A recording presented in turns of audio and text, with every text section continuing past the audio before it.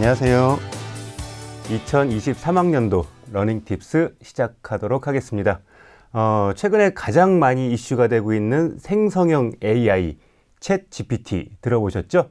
자, 오늘은 챗 GPT를 어떻게 활용할 수 있는지, 혹시 학습에는 어떻게 활용해서 도움을 받을 수 있을지, 그냥 활용하면 표절로 걸리지는 않을지, 그런 점에 대해서 하나씩 살펴보도록 하겠습니다.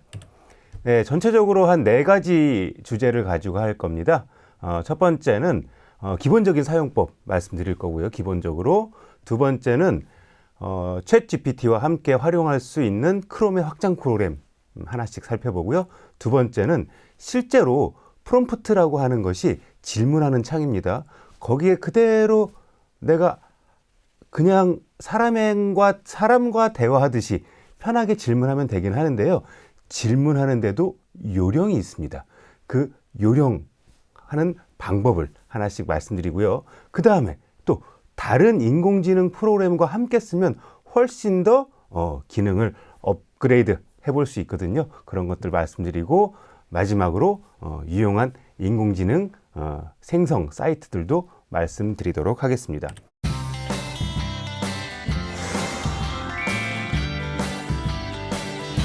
자, 그럼 첫 번째, 챗 GPT의 기본 사용법 하나씩 알아보도록 하겠습니다. 자, 챗 GPT 왜 이렇게 이슈가 되었을까요? 뉴런, 이렇게 네트워크, 이런 어려운 이야기 말고요. 가장 쉽게 그냥 챗 GPT는요, 인간의 두뇌와 동일하다라고 생각해 보시면 될 것 같아요. 2023년, 올해 3월에 대화형 인공지능 GPT 4.0을 출시했습니다. 여러분들은요, 챗 GPT 접속하시면 기본적으로 3.5 버전을 사용하실 수가 있고요. 4.0 버전은 유료로 결제를 하면 월 $20씩 지급하고 사용할 수가 있는데요. 굳이 비용 지급하지 않고서도 3.5 버전도 충분히 활용하실 수가 있습니다. 사이트 주소는 다음과 같네요. chat.openai.com/chat입니다. 자, 이 사이트에 접속하면 실제 챗 GPT를 활용해 볼 수가 있는데요. 한번 들어가 볼까요? 예, 다음과 같은 사이트입니다. 이렇게 영문으로 나오고요. 왼쪽 밑에 보면 Try Chat GPT라고 뜹니다. 자, 클릭해서 들어가시면 저는 이미 로그인 되어 있기 때문에 기존에 챗 GPT와 대화했던 목록들이 쭉 나타나고요. 그리고 여러분들은 혹시 처음 접속하셨다면 로그인 하라는 메시지가 뜹니다. 로그인은요, 아주 쉽게 구글의 싱글 사인온 로그인 하시면 됩니다. 구글 로그인 하시면 그대로 사용하실 수가 있고요. 또 하나 주의하실 점, 초등학생들은 사용 못합니다. 그리고 중고등학생들 같은 경우는요, 부모의 동의를 받고 활용할 수가 있습니다. 자, 이렇게 해서 챗 GPT 접속하시면 되고요. 아래쪽에 이 네모 상자, 메시지를 입력하는 창이죠. 이 창을 프롬프트라고 합니다. 자, 그러면 어떻게 활용하는지 한번 볼게요. 아까 말씀드렸죠. 챗 GPT 4.0은 플러스 가입자, 유료 사용자만 활용할 수 있고요. 대화문은 프롬프트라고 합니다. 그리고 또 대화를 했을 때 질문을 하면 거기에 대한 대답을 하는데요. 거기에 좋아요와 싫어요를 눌러서 평가를 할 수가 있습니다. 그러면 다시 챗 GPT가 학습을 해서 훨씬 더 좋은 훌륭한 대답으로 응답을 해줄 수가 있겠죠. 또 이런 경우가 종종 있어요.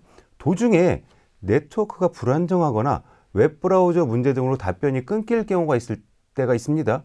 그럴 때는요, 계속 해줘, 계속 말해줘, keep going 이런 식으로 메시지를 입력하면 계속해서 대답을 해주니까요. 끊겼다고 또 다른 질문 하지 마시고 keep going 계속해 라고 하면 답변을 계속할 수 있습니다. 자, 이런 질문들을 제가 한번 해봤어요. 좀 어려운 질문이죠? 네, 양자 컴퓨팅을 쉬운 문장으로 설명해줘 라고 설명합니다. 근데 블라블라블라 막 쓰면서 양자 물리학 원리를 이용해 작동한다고 되어 있네요. 그래서 저는 양자 물리학은 잘 모르겠어요. 그러면 계속해서 질문합니다. 이렇게 양자 물리학이 무엇인데? 그러면 또 대답을 해주고요. 자, 오른쪽으로 가볼까요? 이렇게도 질문할 수 있습니다. 자, 그러면 양자 컴퓨팅을 초등학생도 이해할 수 있게 순서대로 설명해 주세요 라고 질문하면요, 아래쪽처럼 이렇게 1번, 2번, 3번, 4번 순서대로 해서 컴퓨터의 기본 원리인 0과 1, 비트스를 사용해서 할 수 있다는 것들을 아주 쉽게 우리에게 설명을 해주고 있다는 것을 볼 수가 있겠습니다. 자, 그럼 직접 한번 해볼까요? 자, 직접 챗GPT에 접속을 해서 위에 보면은요, 저 같은 경우는 가운데에 플러스라는 버튼이 있습니다. 유료로 사용하고 있다는 걸 알 수 있겠네요. 자, 그리고 챗GPT 3.5 버전이 있고요, 4 버전이 있습니다. 보통은 3.5 버전으로 그대로 사용하시면 됩니다. 자, 여기에 그대로 입력하시면 되겠죠. 양자 컴퓨팅에 대하여 설명해줘 라고 질문을 엔터를 딱 치면 바로 이렇게 대답하는 것들을 볼 수가 있습니다. 그리고요, 여기서 보면 알 수 있듯이요, 어떻습니까? 제가 아까 질문한 대답과 또 다른 대답을 하고 있어요. 챗GPT는요, 항상 새로운 대답을 합니다. 기존 인터넷에 있는 다양한 자료를 수집하고요, 그 데이터를 기반으로 해서 대답을 하기 때문에 똑같은 대답은 거의 하지 않습니다. 물론 내용은 비슷하겠죠. 이렇게 해서 질문하고 답하는 이런 기본적인 기능들 알아두시면 될 것 같습니다. 이런 것도 질문해 볼 수가 있어요. 약간 확대해 볼까요? 10살 아이의 생일 축하를 위한 창의적인 아이디어를 질문할 때, 아이가 생일인데 뭔가 이벤트를 해주고 싶다. 그럴 때 이렇게 아이디어를 질문하면 아래쪽처럼 이렇게 다양한 대답들을 바로 확인해 보실 수가 있습니다. 자, 이렇게 아이디어를 물어볼 때도 질문할 수가 있고요. 두 번째, 이런 질문을 한번 제가 해봤어요. 그럼 챗GPT가 진짜 똑똑한가? 그래서 교육학에 나오는 삐아제의 인지발달 이론에 대해서 설명해 달라고 제가 질문했습니다. 그랬더니 이렇게 대답하네요. 센서 리모터 기간, 전처리 기간, 구상 연산 기간, 번역이 잘못된 건지 잘 모르겠지만 이렇게 번역을 했어요. 그래서 제가 내가 알고 있는 거랑 좀 다른데? 라고 해서 이렇게 다시 물어봅니다. 내가 알기로는 삐아제 인지발달 이론은 감각운동기, 전조작기, 구체적 조작기, 형식적 조작기로 나뉘는 것으로 알고 있는데? 라고 했더니 뭐라고 얘기하냐? 저도 이전에 실수로 단계 이름을 잘못 사용했다고 해요.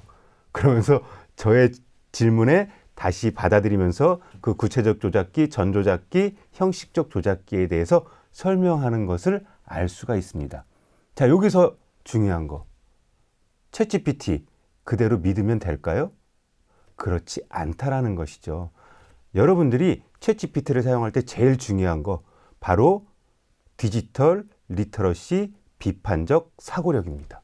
이게 옳고 그른지를 본인들이 판단할 수 있어야 되겠죠. 제가 또 이렇게 물어봤어요.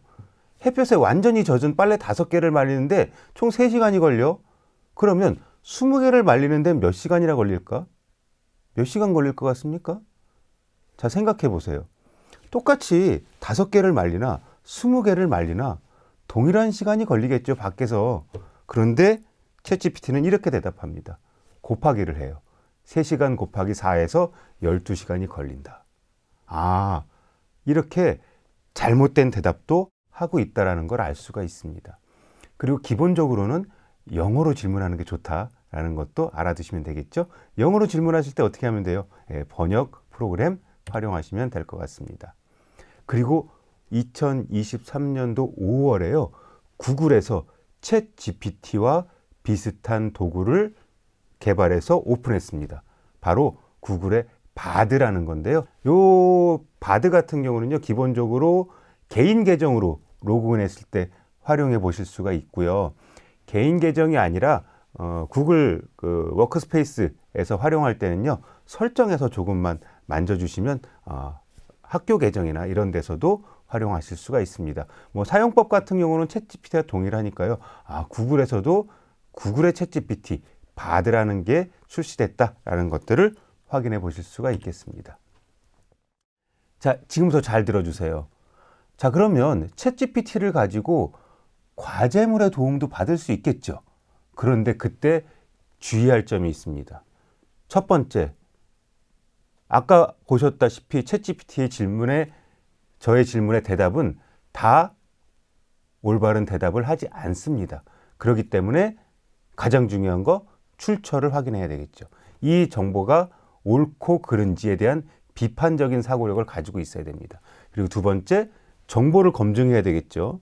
그리고 세 번째, 챗GPT의 답변을 그대로 복사해서 가지고 오는 것이 아니라 자기의 논리와 판단을 통해서 답변을 개선하거나 수정해야 되는 그러한 역량을 가지고 있어야 됩니다. 그리고 계속해서 말씀드리지만 GPT가 제시한 해결책이 진짜 올바른지 판단하고 문제점이나 논리적인 결함은 없는지를 판단해 봐야 될 것 같습니다.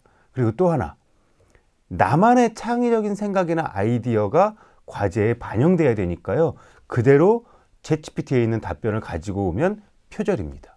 그리고 거기에 있는 문장을 그대로 쓰지 마세요. 자신만의 표현으로 재구성하시기 바랍니다.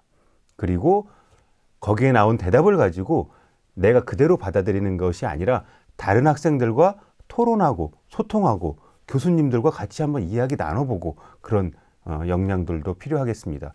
그리고 가장 중요한 겁니다. 왜 공부합니까?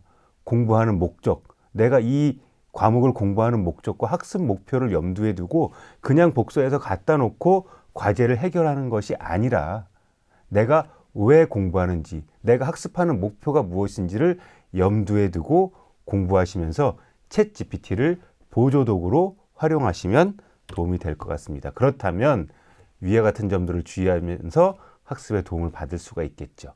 그렇게 함으로써 우리 학우님들께서는 논리적 사고력, 비판적 사고력, 창의성들을 길러줄 수가 있겠습니다. 다시 말씀드립니다. 챗GPT는 보조도구입니다.